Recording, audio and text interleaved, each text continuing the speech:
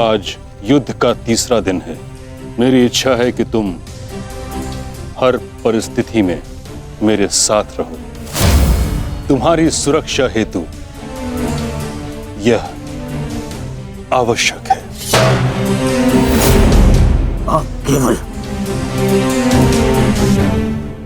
सेना के नेतृत्व के बारे में सोचिए। तुम्हारी कुतर्कता का मैं उत्तर देना नहीं चाहता दुर्योधन, परंतु दो बातें स्मरण रहे दुर्योधन। प्रथम, जीवित रहने का प्रयास करना। द्वितीय, सदैव मेरे पीछे ही रहना।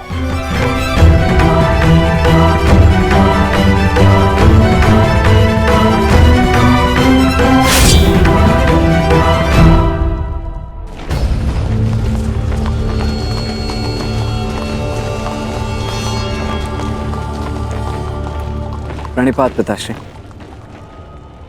यशस्वी भव। मैं यहां तुम्हें यह बताने नहीं आया कि मन लगाकर युद्ध करना, क्योंकि वो तो तुम करोगे ही। मैं यहां तुम्हें एक सीख देने आया हूं।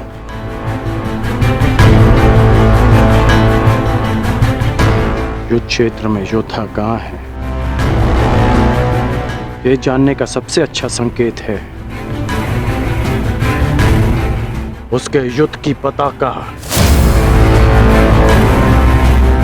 तुम्हें जिसकी भी रक्षा करनी है या जिस पर भी प्रहार करना है, उसके रथ की पताका को जानना, पहचानना बहुत आवश्यक है।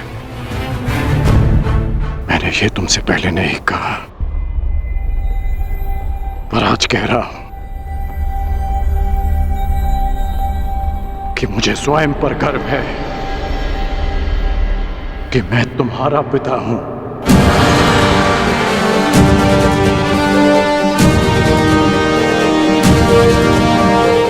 कल्याण हो तुम्हारा पुत्र।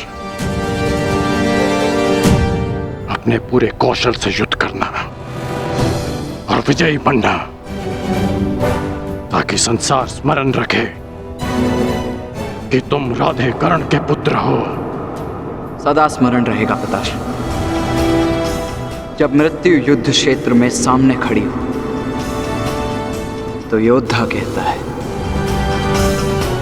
हे मृत्यु, तैयार यदि तू आने को, प्रसन्न मुखा।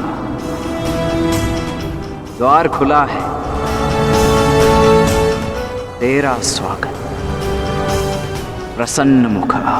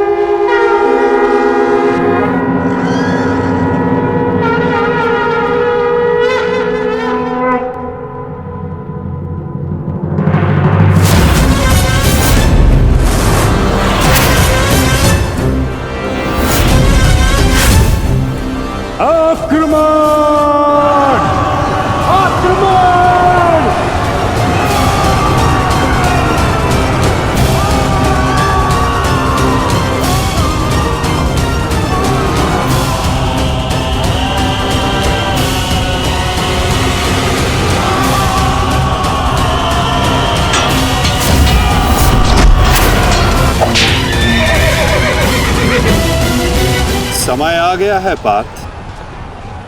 क्या करना है, स्मरण है ना?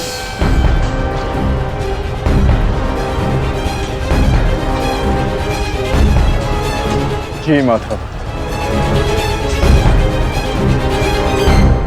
आज महामहिम भीष्म ने गरुड़ व्यूह का निर्माण किया है महाराज। तो पांडवों ने कौन सा व्यूह रचा है संजय? पांडवों ने अर्धचंद्र व्यूह की रचना की है महाराज।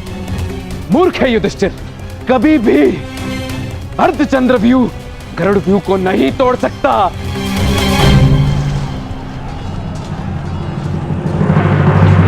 प्रस्थान करो विकोदर। जो आदेश वासुदेव। अपने साथ कुछ सैनिक भी लेते जाओ। जी वासुदेव। सैनिकों, आगे बढ़ो।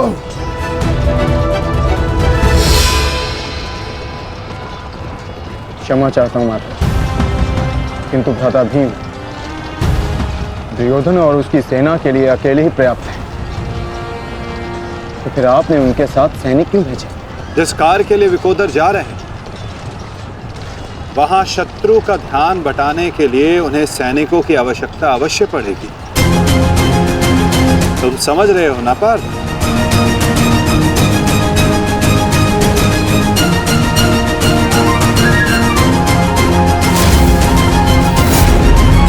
दुर्योधन, कल जो कार्य अधूरा रह गया था उसे पूर्ण करने का आज समय आ गया है। हाँ भीम, हाँ, क्योंकि नियति ने तुम्हारी मृत्यु मेरे हाथों लिखी है, मेरे हाथों। आओ, एक बार पुनः सोच लो दुर्योधन, कल मैंने ही तुम्हें प्राण दान दिया था और उसी के कारण आज तुम एक भयभीत हिरण की भांति पितामह की छाया में छिप कर बैठे हो। बाहर निकलो और लड़ो मुझसे। दुर्योधन, कहीं ऐसा तो नहीं कि तुम्हें अब समझ में आ रहा है कि रणभूमि सजाकर तुमने कितनी बड़ी मूर्खता की है? अभी ज्ञात हो जाएगा कि किसने कितनी मूर्खता की है। आओ दुर्योधन, मैं तुम्हारी प्रतीक्षा कर रहा हूं। साथी,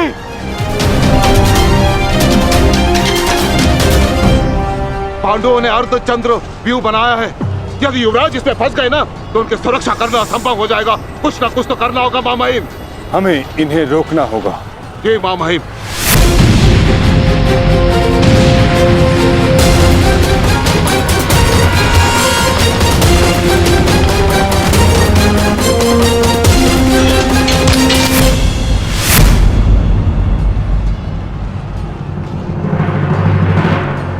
प्रणिपात प्रपितामह।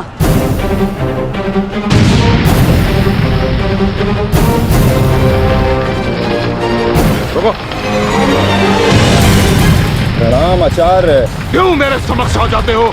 मेरा जन्म ही सदैव आपके मार्ग में आने के लिए हुआ है आचार्य।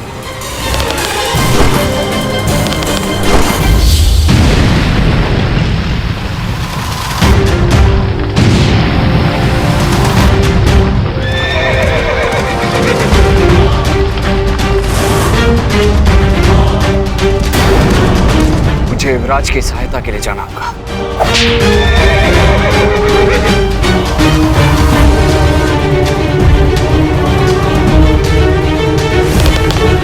सावधान दुर्योधन!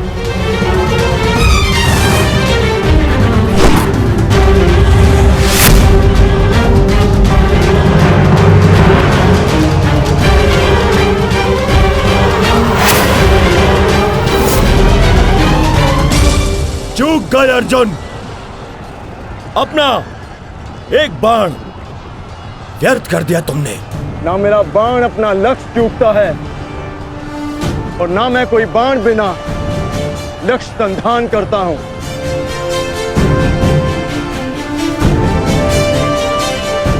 अर्थात इसलिए ताकि पितामह भीष्म मुझे ढूंढ न पाए। ये युद्ध हम भाइयों के मध्य है, तो फिर इसमें आचार्य द्रोण और पितामह को कष्ट क्यों देना?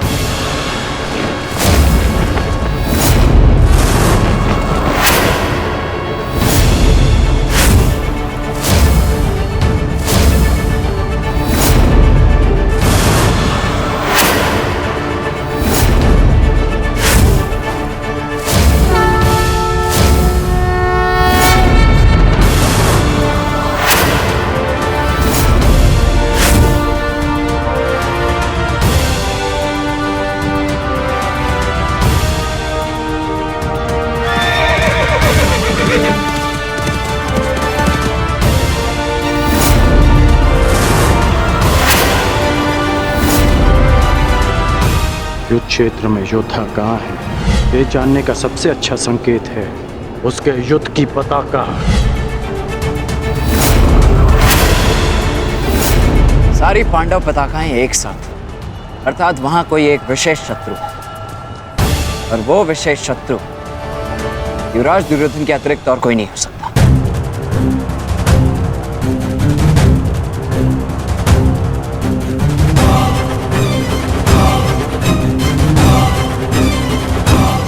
अब समझ जा, जब बल से कार्य नहीं बना तो छल से मुझे बंदी बनाने की योजना बनाई है तुम पांडवों ने। हाँ?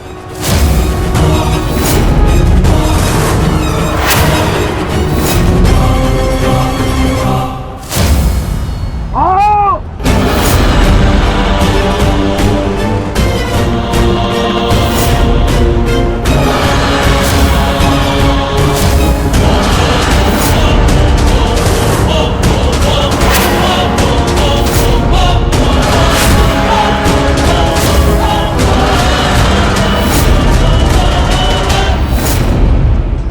सावधान दुर्योधन!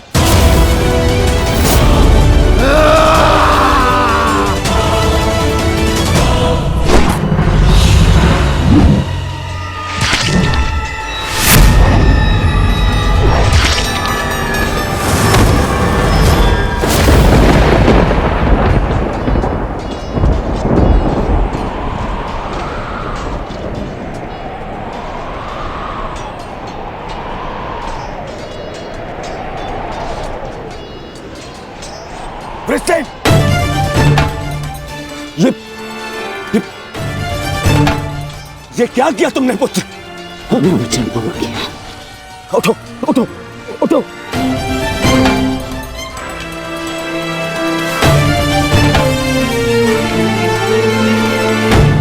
ये मेरे और इन पांडवों के मध्य का युद्ध है, तुम्हारा नहीं। तुम जाओ, ये मेरा आदेश। जाना से आज यदि स्वयं ईश्वर भी मुझे आदेश दे तो मुझे स्वीकार नहीं है युवराज। आपके द्वार से कोई खाली हाथ नहीं लौटना चाहिए युवराज। शत्रु युद्ध मांग रहा है यार। आइए मिलकर उसे युद्ध का आनंद देते हैं।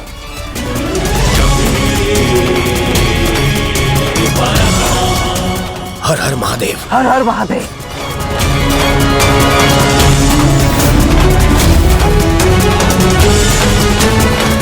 उठ जाओ वृषसेन। आज मेरे और दुर्योधन के मध्य जो भी आएगा या तो रणभूमि से जाएगा या संसार से।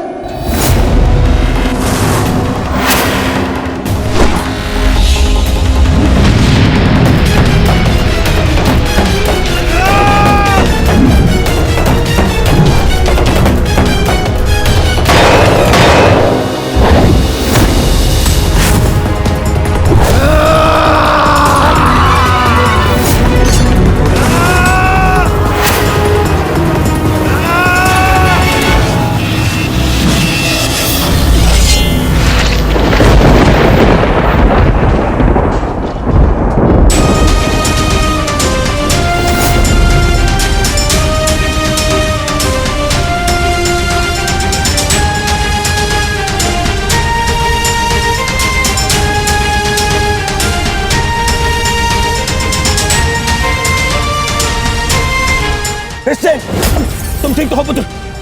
हाँ, आप मेरी चिंता मत कीजिए युवराज, आप स्वयं। वृषसेन,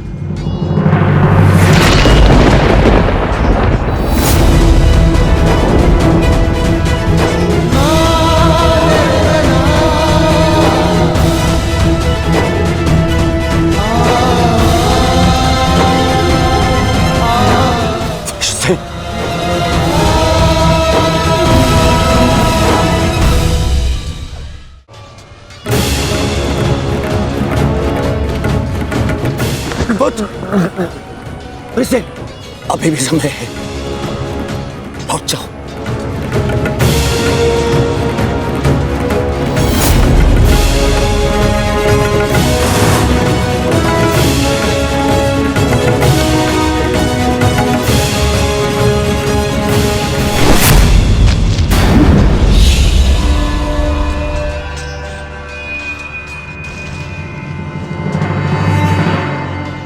सूर्यास्त होने को है अर्जुन। संधान करो।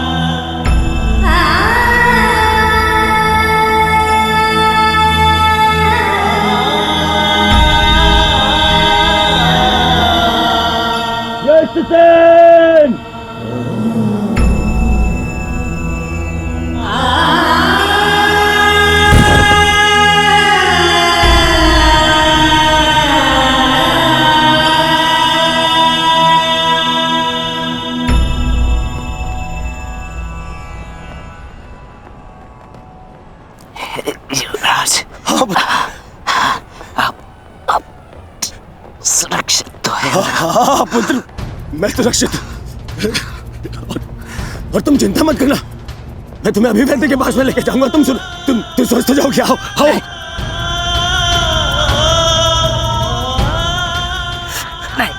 नहीं युवराज, मेरे पास समय नहीं है। नहीं। मुझे कहीं और जाना है। कहाँ जाना है पुत्र? मुझे जाना।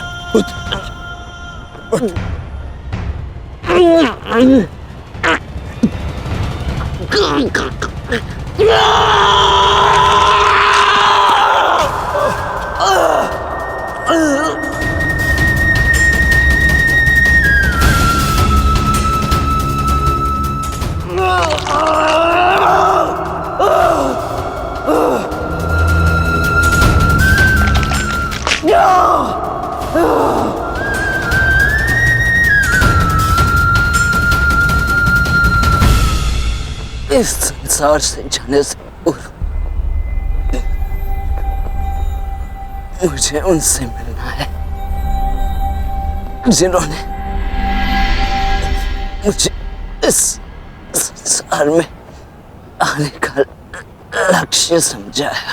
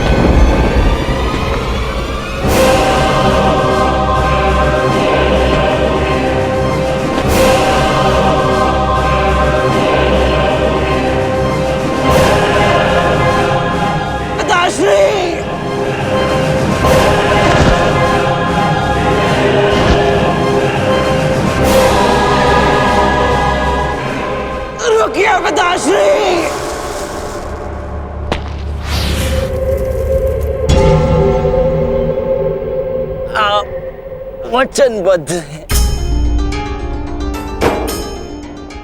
आप व्यापार नहीं करेंगे। मैं नहीं चाहता कि कल कोई कहे कि वृषसेन के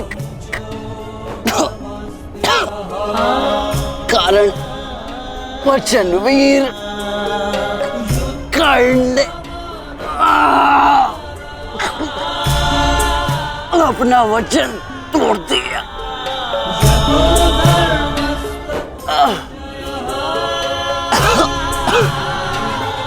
आओ पुत्र, अपने पिता के पास आओ। हाँ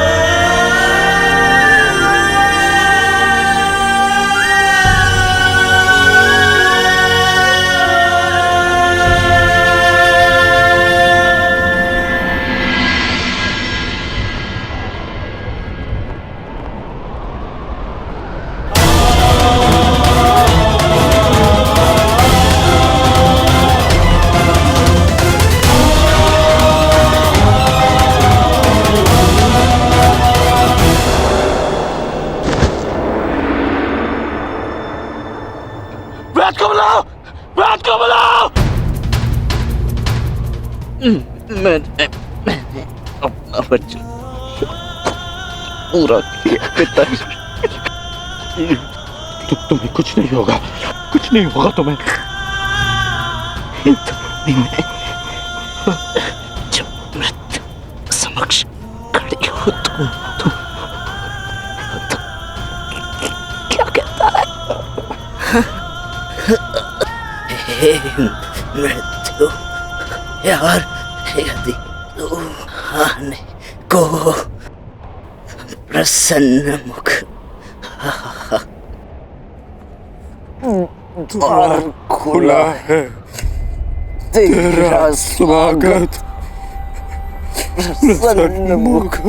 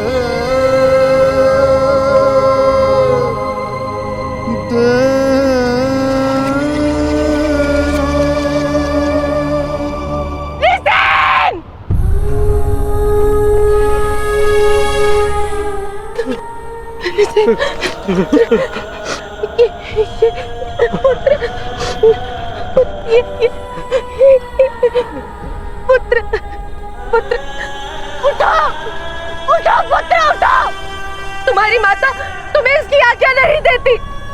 उठो उठो पुत्र उठो। ऋषि ऋषि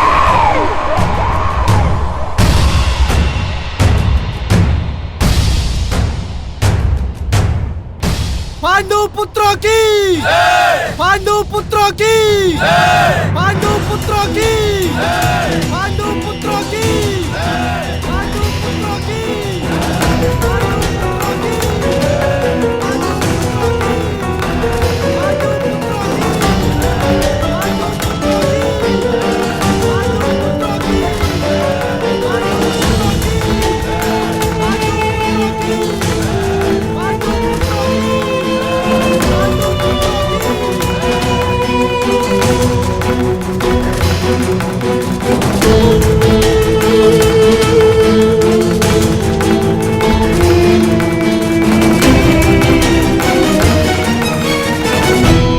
किस बात का उत्सव मनाया जा रहा है पांचाल कुमार?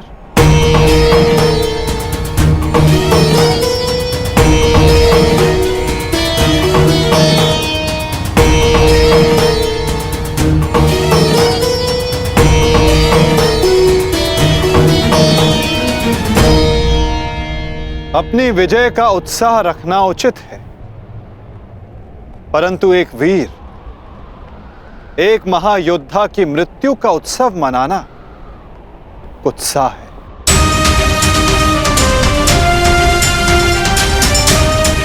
जब वीर उत्तर की मृत्यु पे हमने शोक मनाया था, तो आज वृषसेन की मृत्यु पर हमें उत्सव नहीं मनाना चाहिए।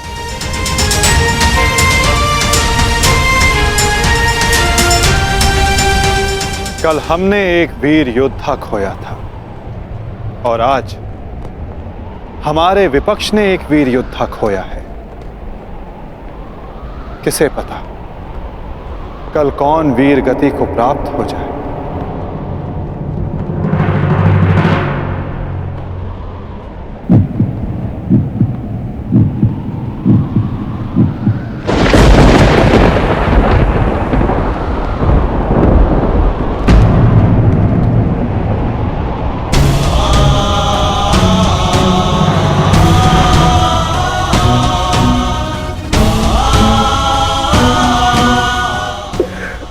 मुझे मैं तुम्हारे पुत्र की रक्षा नहीं कर पाया मित्र। आज यदि मैं जीवित हूं तो केवल तुम्हारे इस वीर पुत्र के कारण। रक्षा तुम मुझे उसकी करनी चाहिए। मेरा पुत्र अपना कर्तव्य पूर्ण करते हुए वीर गति को प्राप्त हो गया। मुझे इस पर गर्व है।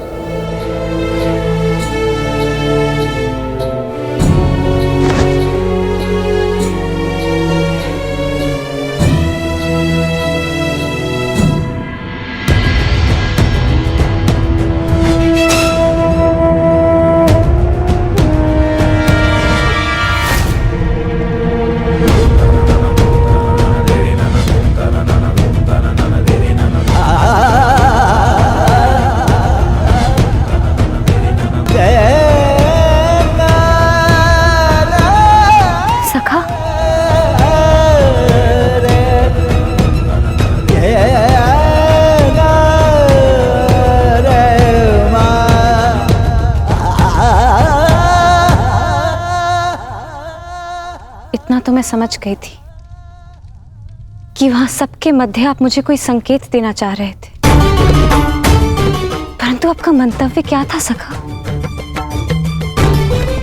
मैं समझ नहीं पा रही हूं। वो क्या है जो आप कहकर भी नहीं कह रहे थे? बताइए सखा। यही कि युद्ध में शत्रु का बाण नाम या मुख देखकर नहीं आता, वो केवल हृदय को छलनी कर जाता है सखी।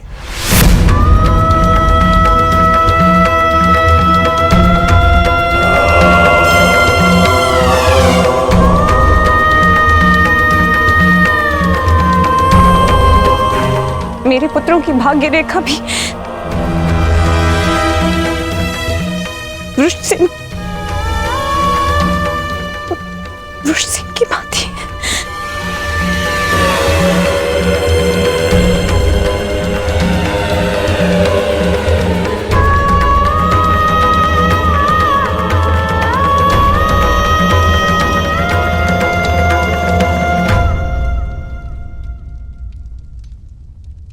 आने वाले कल पर तुम्हारा कोई वश नहीं, और जो कल हो गया उस पर शोक मनाने का कोई लाभ नहीं।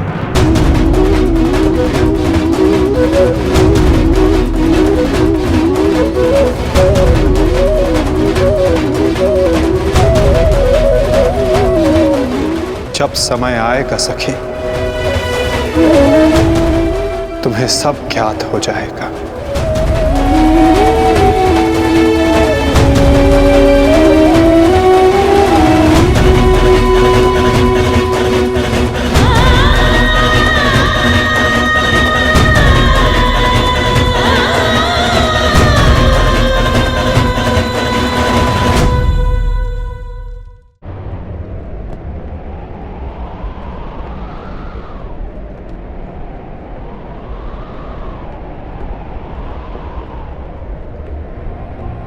है मृत्यु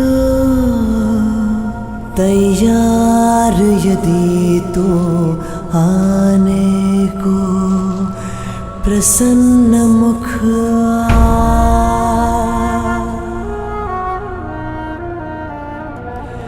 द्वार खुला है तेरा स्वागत, वीर खड़ा द्वारे अभयागत।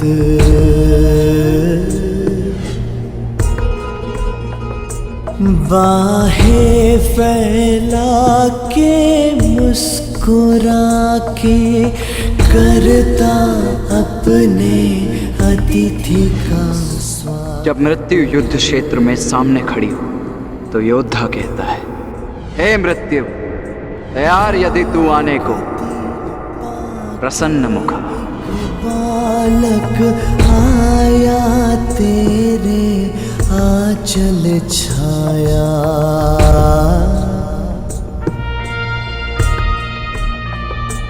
पिता की गोद में खेल सकाना, तेरी गोद में सोने आया।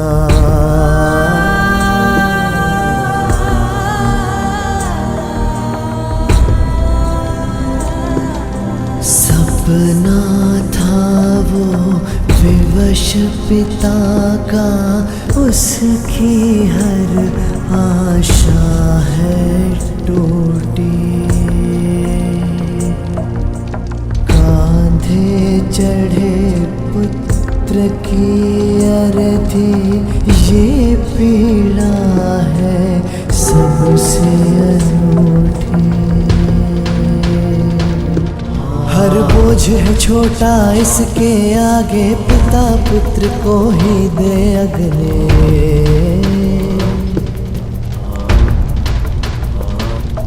अश्रु है बहे आज अंगारे, आग नहीं है अब ये बुझने।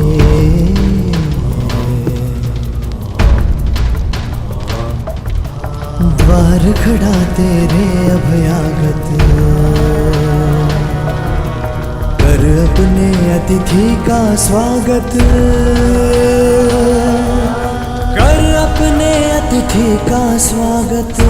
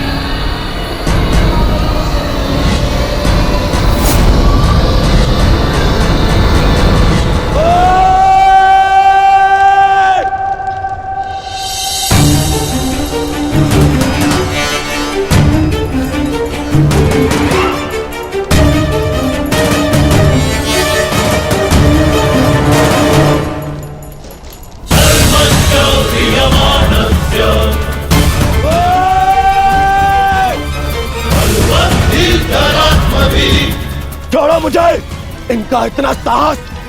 यहाँ आ गए? क्यों आए हो यहाँ? आज के युद्ध पर अपनी विजय का उन्माद दिखाने या फिर फिलिस्तीन की मृत्यु पर उपहास उड़ाने? हाँ,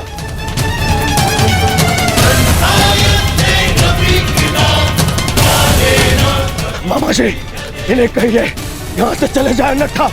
मैं इनका बंद कर दूंगा। जाओ यहाँ से।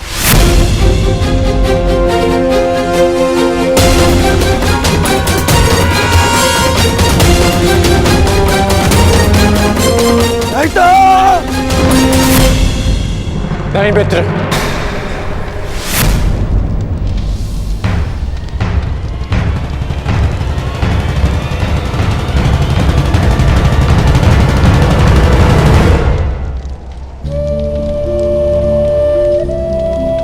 रहने दो इन्हें।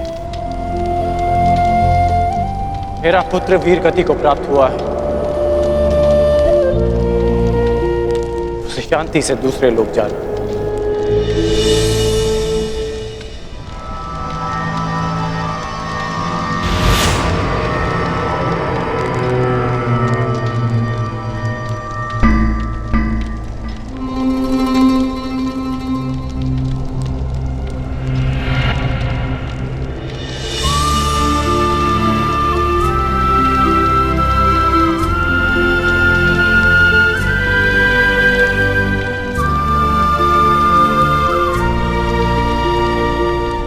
आप सब मेरे पुत्र के अंतिम संस्कार में आए, उसकी वीर गति को सम्मान दिया।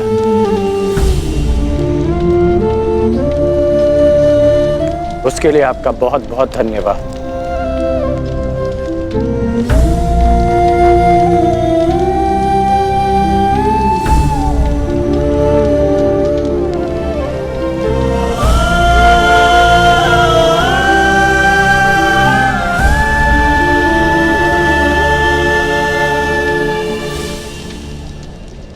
ठहरो अर्जुन,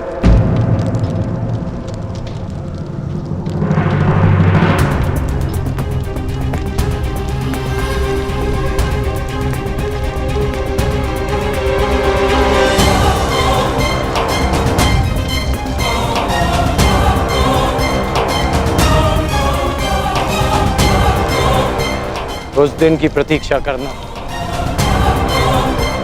जब मैं युद्ध भूमि में प्रवेश करूंगा।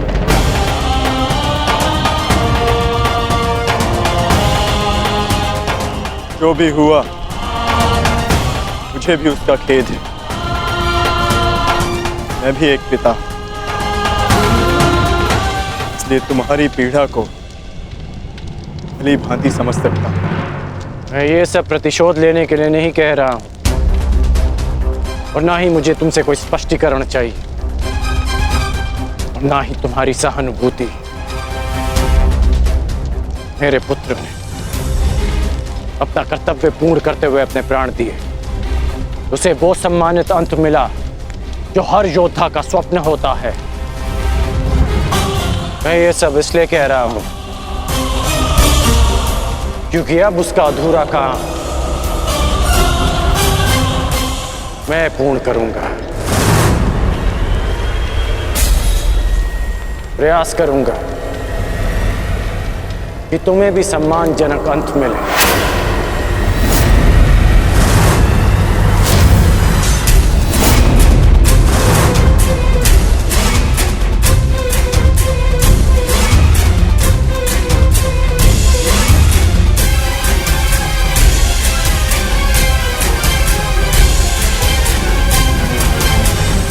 मेरी प्रतीक्षा करना अर्जुन।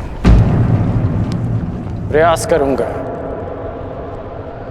कि तुम्हें भी सम्मानजनक अंत मिले।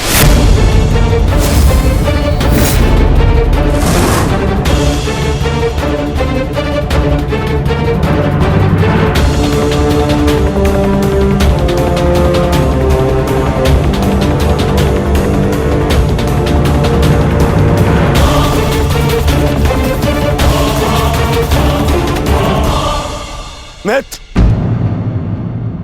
इन पांडवों को इनकी नियति तक अवश्य पहुंचाऊंगा मैं। परंतु उससे पहले उस विश्वासघाती को उसकी नियति तक पहुंचाऊंगा। तू हमारे ही पक्ष में है।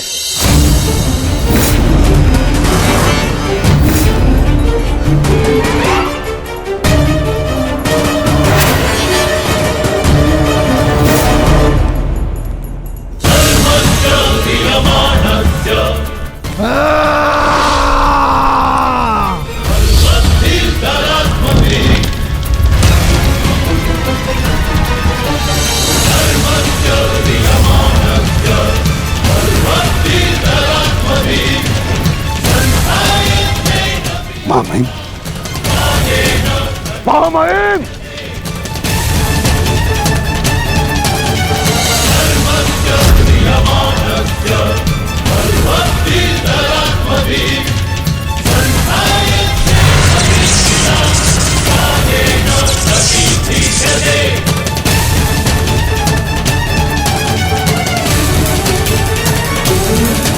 महामहिम, आप ठीक तो है?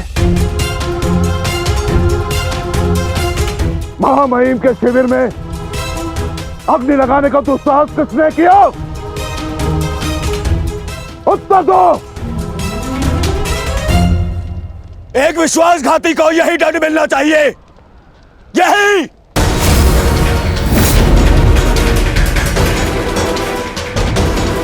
सावधान दुर्योधन, आज की हार के कारण शब्दों का चयन करना भी भूल गए तुम। लज्जा नहीं आती तुम्हें? नहीं आचार्य, मैंने सर्वथा उचित शब्दों का ही चयन किया है। आज जो कुछ भी हुआ वो इनके कारण हुआ है। इनके पांडवों के प्रति प्रेम भाव के कारण ही आज वृषसेन वीर गति को प्राप्त हो गया।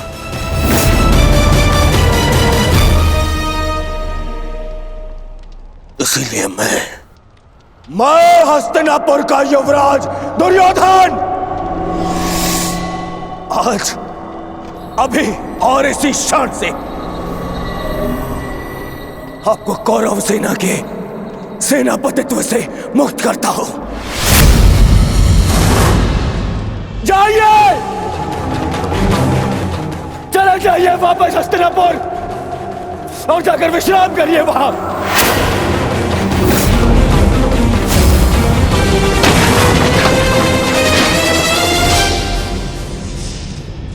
अपने शब्दों पर नियंत्रण रखो दुर्योधन, और अपनी सीमा मत लांघो। सीमा लांघ नहीं रहा हूं, आज तो सीमा बना रहा हूं।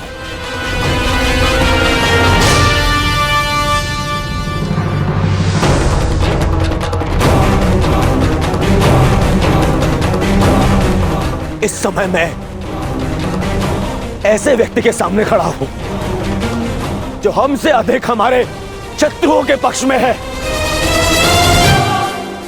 जिनके मौन रहने के कारण ही मेरे मित्र ने अपना पुत्र और मैंने अपना रक्षक खो दिया। हस्तिनापुर के युवराज की सांसें चलती रहे तो उसने अपनी सांसें खो दी। वृषसेन की मृत्यु का दुख जितना तुम्हें है उतना हमें है, हम सबको है। पर इसका अर्थ ये नहीं कि तुम महामहिम के साथ दुर्व्यवहार करो, जो मैं तुम्हें कदापि करने नहीं दूंगा। बस गुरुदेव, यदि आप भी पितामह के साथ विदा लेना चाहते हैं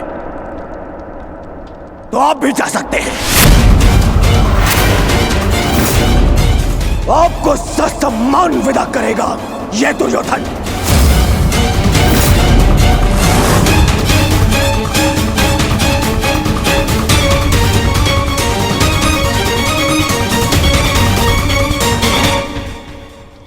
तैयार हो जाओ मित्र, कल से इस युद्ध में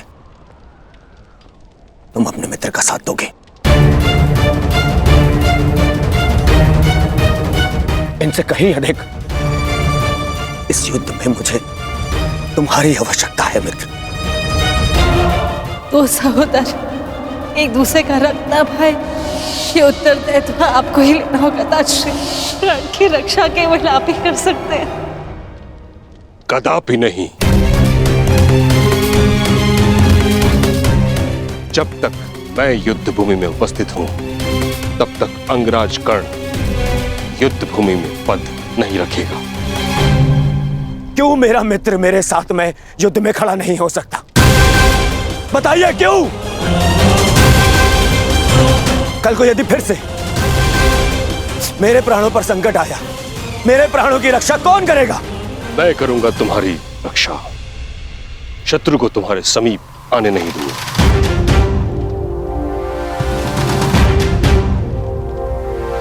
कल सूर्य की पहली किरण के साथ तुम ही नहीं, अपितु समस्त पांडव भीष्म पितामह का वह रूप देखेंगे जिसकी किसी ने कल्पना भी नहीं की हो।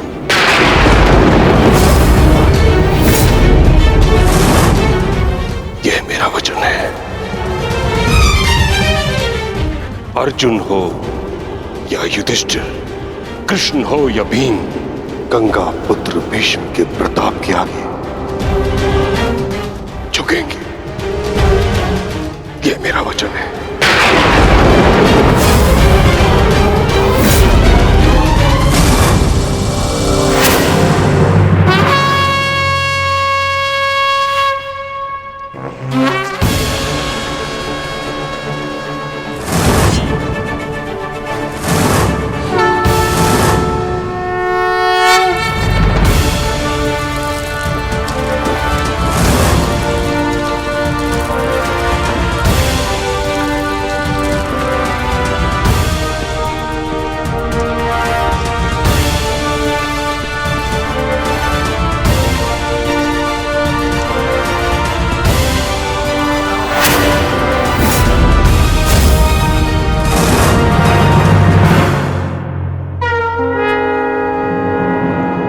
युद्ध का चौथा दिन।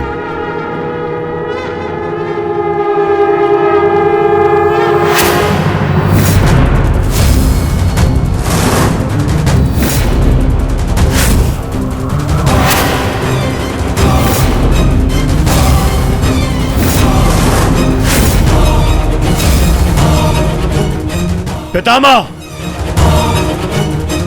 देव की रचना कीजिए। मुझे अपने प्राण का विश्वास दिलाइए पितामह। बस दुर्योधन, अन्य कोई व्यूह नहीं। चलो सारथी।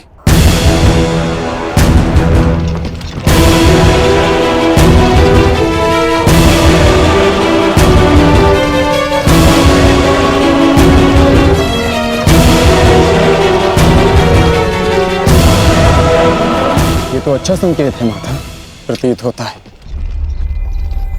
कि पितामह इस नरसंहार को समाप्त करना चाहते हैं, इस युद्ध पर विराम चाहते हैं।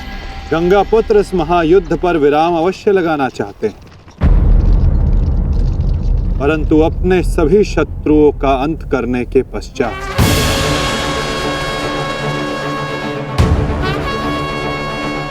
आक्रमण करो पांडु पुत्रों, और यदि सामर्थ्य हो तो जीवित रहो।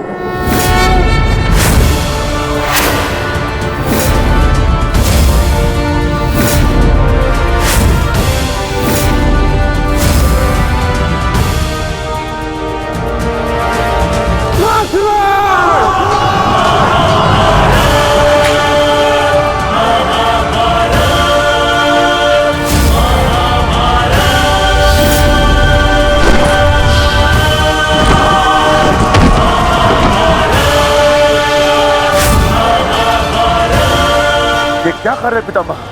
कभी कभी कर्तव्य की चेतना आकांक्षाओं के स्वप्न पर हावी हो जाती है।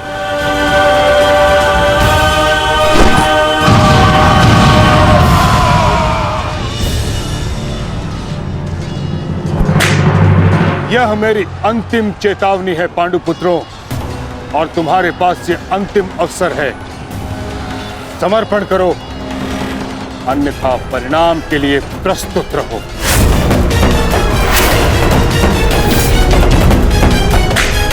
यदि समर्पण नहीं किया तो ऐसा संहार देखने को मिलेगा कि जिसकी आशा भी नहीं की होगी तुमने।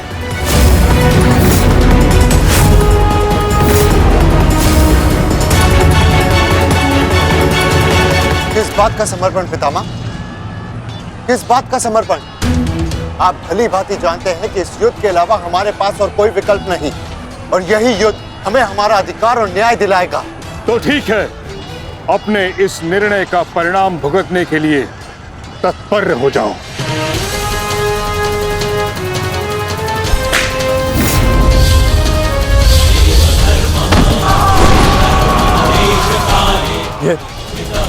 ये पितामह क्या कर रहे हैं? हमारे सैन्य बल का क्रूरता से अंत कर रहे हैं। अर्जुन, तुम्हें पितामह को रोकना होगा, क्योंकि हम सभी में केवल और केवल तुम ही इसमें सक्षम हो।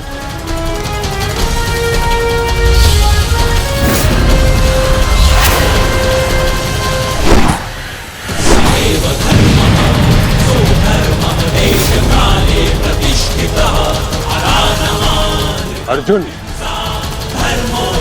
युद्ध करो अथवा समर्पण।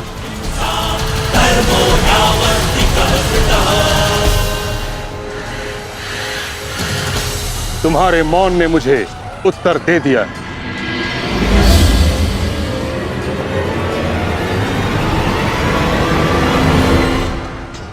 और तुम द्वंद्व करना चाहते हो भी या नहीं?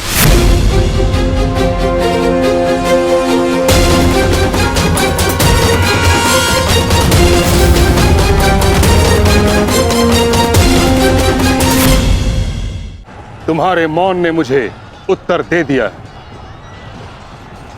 उचित होगा पितामह कि आप अपनी ओर से कौरवों को भी आक्रमण करने की अनुमति दीजिए, क्योंकि आप तो मेरे साथ द्वंद्व में व्यस्त होने वाले हैं। मेरी ओर से लड़ रहे योद्धाओं का अपमान मत कीजिए पितामह। ठीक है अर्जुन,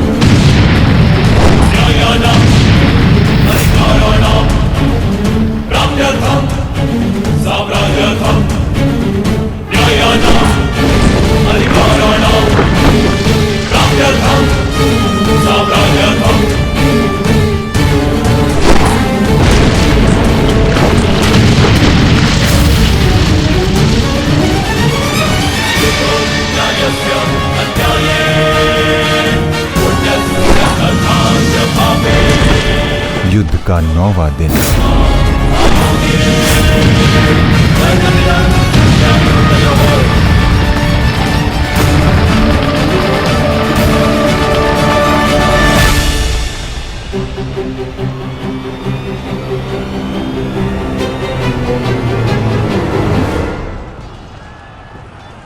माधव, ये पितामह तो भ्राता युधिष्ठिर की ओर अपना रथ लेकर जा रहे हैं।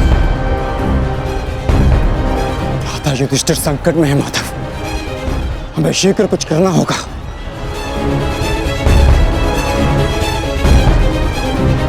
तुम भली भांति जानते हो युधिष्ठिर कि तुम मुझसे द्वंद्व करने में सक्षम नहीं हो। इस कारणवश अपने सैनिकों की आहुति देना बंद करो, समर्पण कर दो।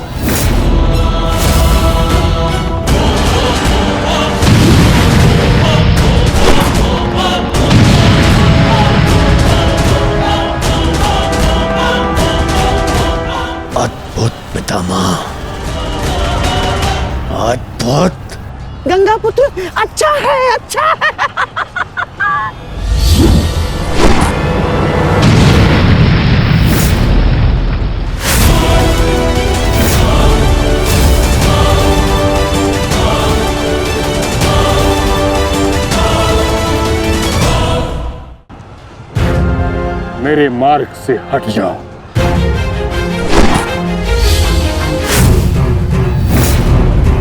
यह मेरी अंतिम चेतावनी है पुत्र, मेरे मार्ग से हट जाओ।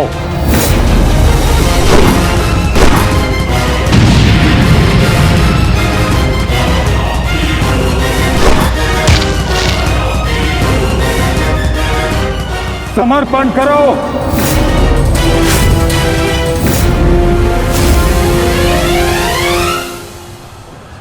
हम कौरवों के समक्ष समर्पण नहीं करेंगे पितामह, चाहे इसके लिए हम सबको अपने प्राण क्यों ना खोने पड़े।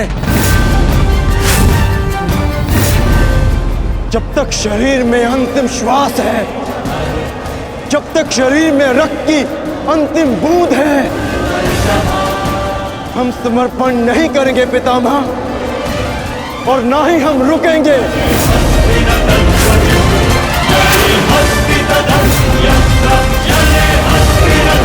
ठीक है अर्जुन, यदि तुम्हारा निर्णय यही है तो मेरा उत्तर भी जान लो।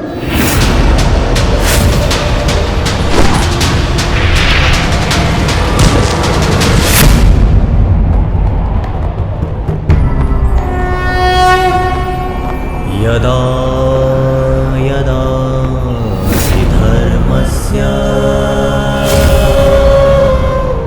गंगापुत्र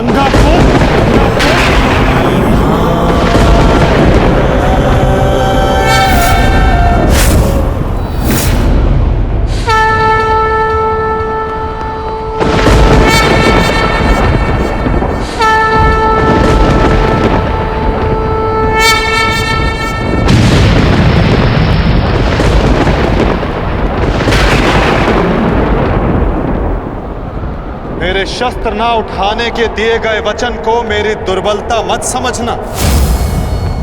स्मरण रखिए कि समय के साथ वचन के अर्थ का उत्थान ना होना धर्म नहीं, अधर्म होता है।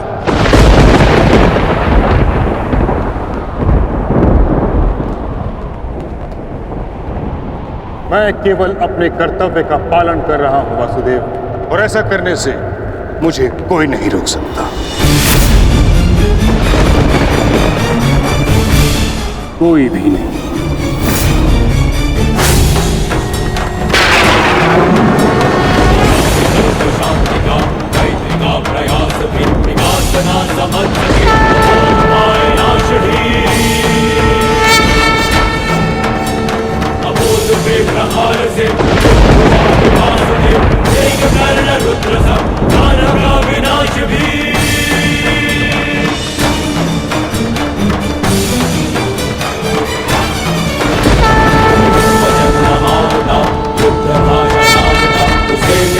युद्ध भी, दंड भी, प्रहार भी, दम कटेगा पाप का, नाश होगा नीच का, दमन करेंगे वासुदेव उसका अहंकार भी। चक्र के प्रहार से, अग्नि कृष्ण की करेगी पाप का दलन। पाप से गति नरा ताहि मां पुकारती, ईश द्वारका अपना प्राण मांगती। सुंदरा को देंगे त्राण, रच के एक नौ विधान, भूमिशाही करके देगी आरती।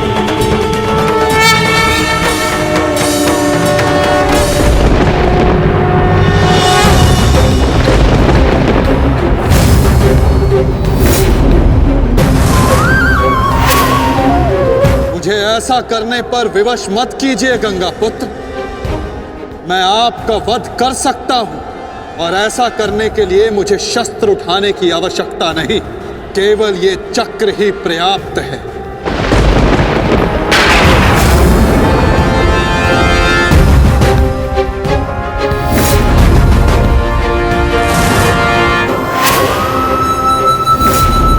गंगा पुत्र देवव्रत, मैं इस समय ना मनुष्य वासुदेव, ना ही मैं यदुवंशी कृष्ण, मैं इस समय केवल गुरु श्रेष्ठ हूं।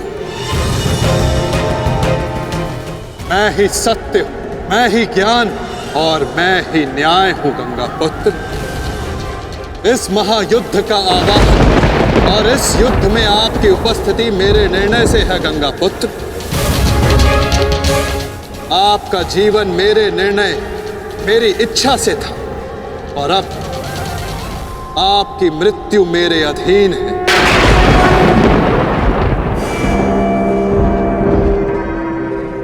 मैं पर ब्रह्म हूं, जिस पर कोई बंधन नहीं गंगा पुत्र, ना ही युद्ध के नियमों का और ना ही किसी प्रकार के वचनों का। आपके अंत के लिए शस्त्र ना उठाने की प्रतिज्ञा को तोड़कर मैं आपका वध करूंगा गंगा पुत्र।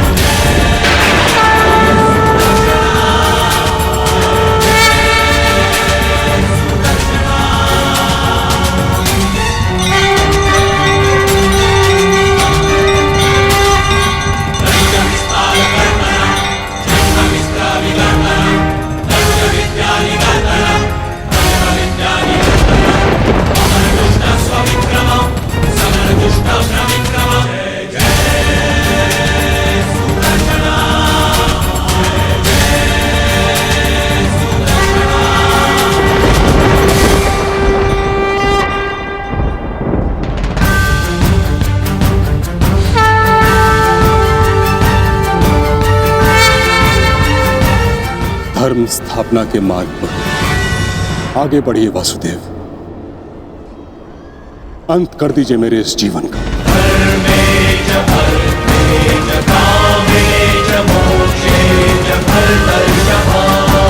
मैं स्वयं को आपको समर्पित करता हूं।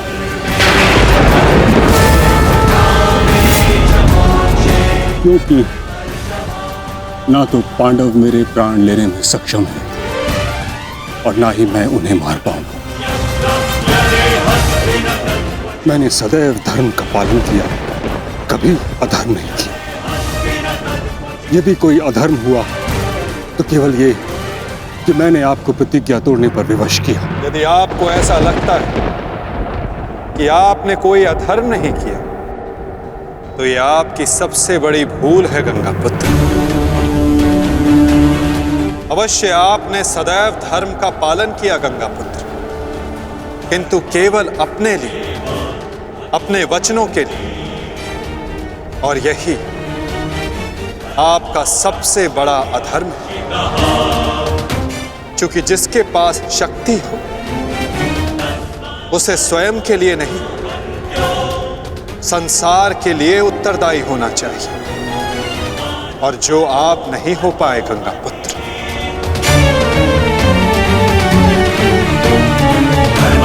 और आपका तथाकथित धर्म ही आपका अज्ञान, आपका सबसे बड़ा शत्रु और अधर्म बन गया। किंतु वासुदेव, मैंने तो सदैव वही किया जो मेरी अंतरात्मा ने कहा। तो क्या इस धर्म युद्ध में अधर्म के पक्ष से लड़ने की अनुमति भी आपको आपकी अंतरात्मा ने दी गंगा पुत्र? भरी सभा में द्यूत में होते छल को देख मौन रहने की अनुमति क्या आपको आपकी अंतरात्मा ने दी थी गंगा पुत्र? कुल वधू का वस्त्र हरण होते समय शस्त्र उठाने के लिए क्या आपको आपकी अंतरात्मा ने रोका था गंगा पुत्र? हस्तिनापुर की सुरक्षा के लिए आपने इतिहास की सबसे भीषण प्रतिज्ञा ली गंगा पुत्र, परंतु आप हस्तिनापुर का अर्थ ही अनुचित समझ बैठे। आपने सिंहासन को हस्तिनापुर समझ लिया, और देखिए उसी भूल का, उसी अधर्म का परिणाम है ये महाविनाश गंगापुत्र। आपने हस्तिनापुर के सिंहासन का त्याग नहीं, आपने संसार के प्रति अपने कर्तव्यों का त्याग किया था गंगापुत्र, और यही आपका सबसे बड़ा अधर्म था।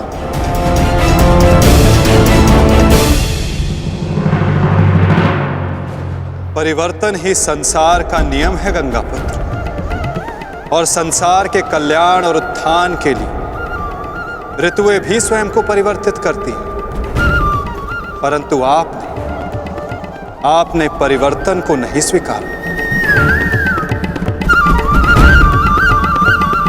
जो स्थिर हो जाए वो मनुष्य नहीं, पाषाण है, और जो अपने विचार को कभी बदले नहीं वो मानवता का शमशान है गंगापुत्र।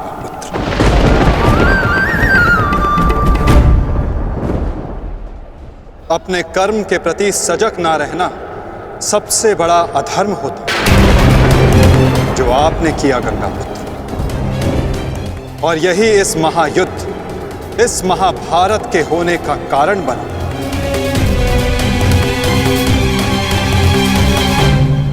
प्रभु, मेरा मार्ग दर्शन कीजिए। आपका कर्तव्य यह है गंगापुत्र कि आप अपने शस्त्र को त्याग कर अपने जीवन का बलिदान देकर इस अधर्म को रोकें।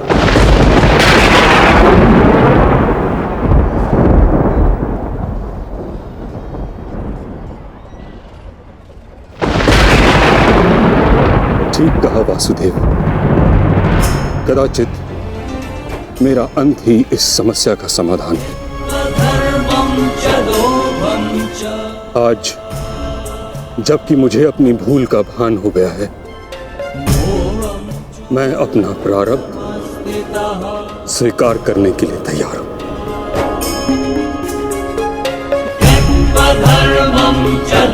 चक्र का संधान कीजिए वासुदेव,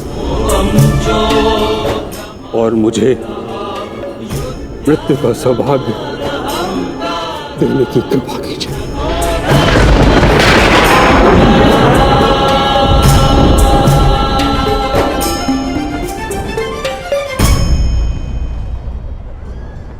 ठीक है, यदि आपकी इच्छा ये मृत्यु पाने की है तो मैं अपनी प्रतिज्ञा को तोड़कर तुम्हें मुक्त करता हूं गंगापुत्र।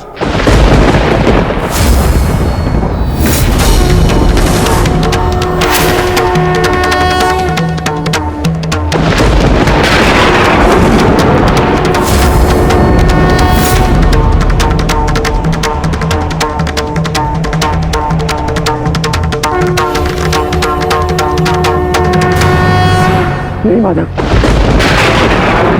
आपने इस धर्म युद्ध का बीड़ा उठाया है, वचन तोड़कर उसे कलंकित मत कीजिए। मैं नहीं चाहता कि आप पर कोई उंगली उठे। नहीं पार्थ, मेरी प्रतिज्ञा टूटने की अपेक्षा से अधिक महत्वपूर्ण धर्म की स्थापना है।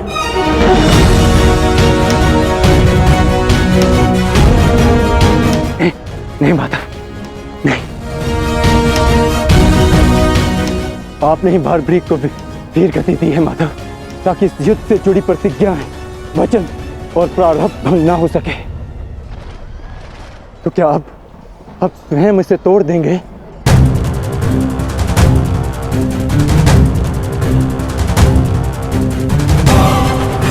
आप मुझे एक अवसर और दीजिए माधव, मैं अपने संपूर्ण मनोबल और कौशल से यह युद्ध करूंगा। जब तक मेरे शरीर में रक्त की एक बूंद भी बहेगी, मैं अपने मन में भावनाओं को नहीं बहने दूंगा माधव।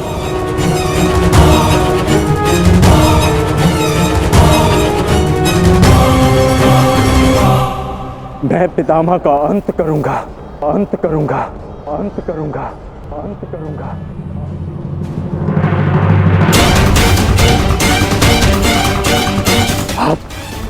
आप ये चक्र छोड़ दीजिए माधव, आप ये चक्र छोड़ दीजिए।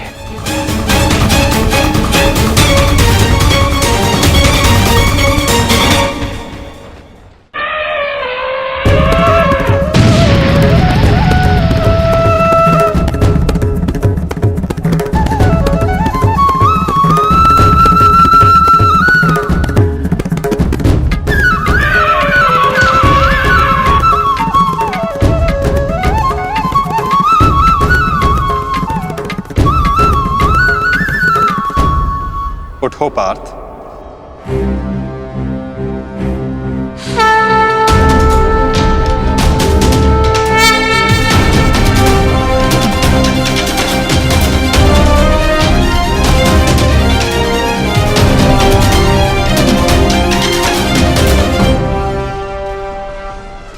आपके हाथों मोक्ष पाना कदाचित मेरे भाग्य में नहीं वासुदेव।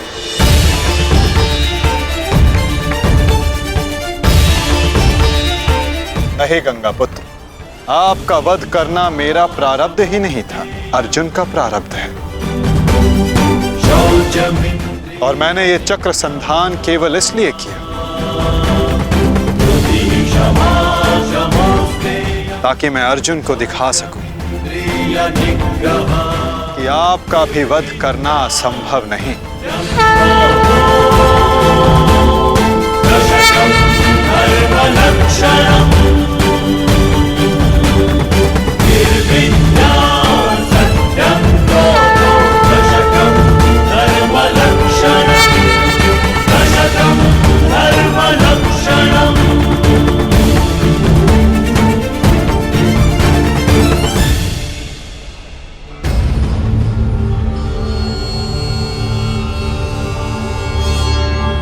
आओ पार्थ।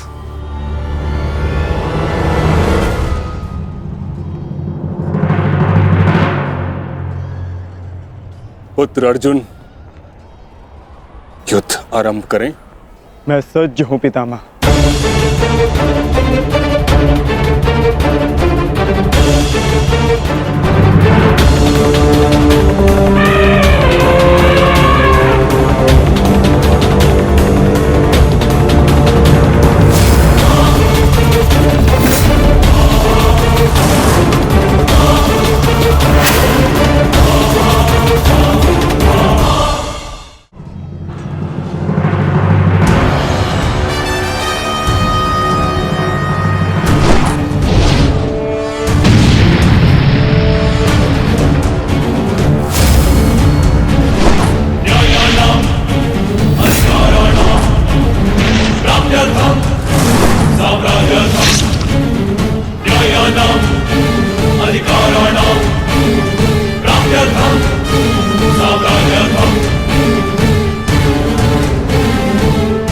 अद्भुत पुत्र अर्जुन, कर्म पथ पर तुम्हें भावनाओं से ऊपर उठते हुए देख प्रसन्नता हुई।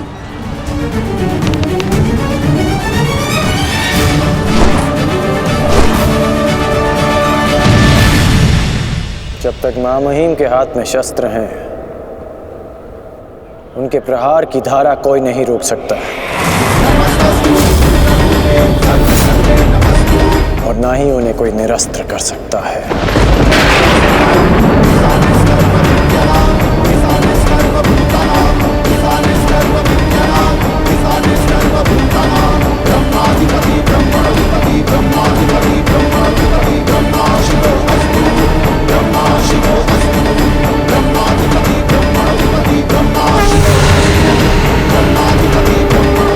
तुम्हारी तपस्या सफल हो गई बालिका।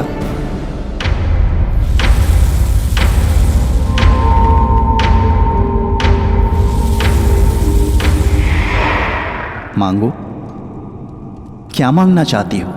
गंगा पुत्र भीष्म का नाश। किंतु गंगा पुत्र का वध मेरे वश में भी नहीं है शिखंडिनी। परंतु अपने जीवन का अंत तो मेरे वश में है ना। 2 बार मैं अपना जीवन त्याग कर चुकी हूं। इस बार भी मैं फिर जन्म लूंगी और अगले जन्म में भीष्म का अंत करने आऊंगी।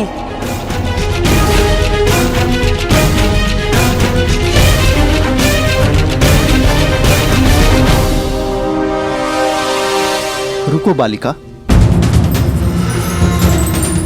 तुमने इतनी कठोर तपस्या की है, हमें बताओ तुम्हारी समस्या क्या है?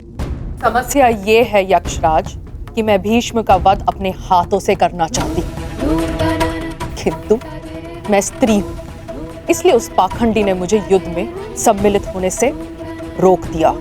मैं तुम्हें भीष्म की मृत्यु का वरदान तो नहीं दे सकता, किंतु कुछ ऐसा अवश्य कर सकता हूं जिससे तुम अपना लक्ष्य पा सको। किंतु एक बंधन रहेगा। मेरे लिए केवल भीष्म की मृत्यु महत्व रखती है और कुछ नहीं। हाँ कहने से पूर्व मेरी पूरी बात सुनो बालिका, उसके पश्चात निर्णय लेना।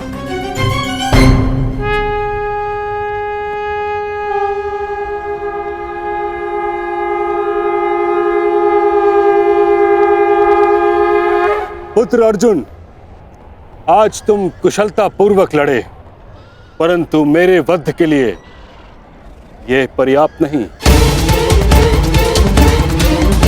हाँ, क्योंकि महामहिम के पास तुम सबके नाश के लिए पर्याप्त अस्त्र है धनुर्धारी अर्जुन।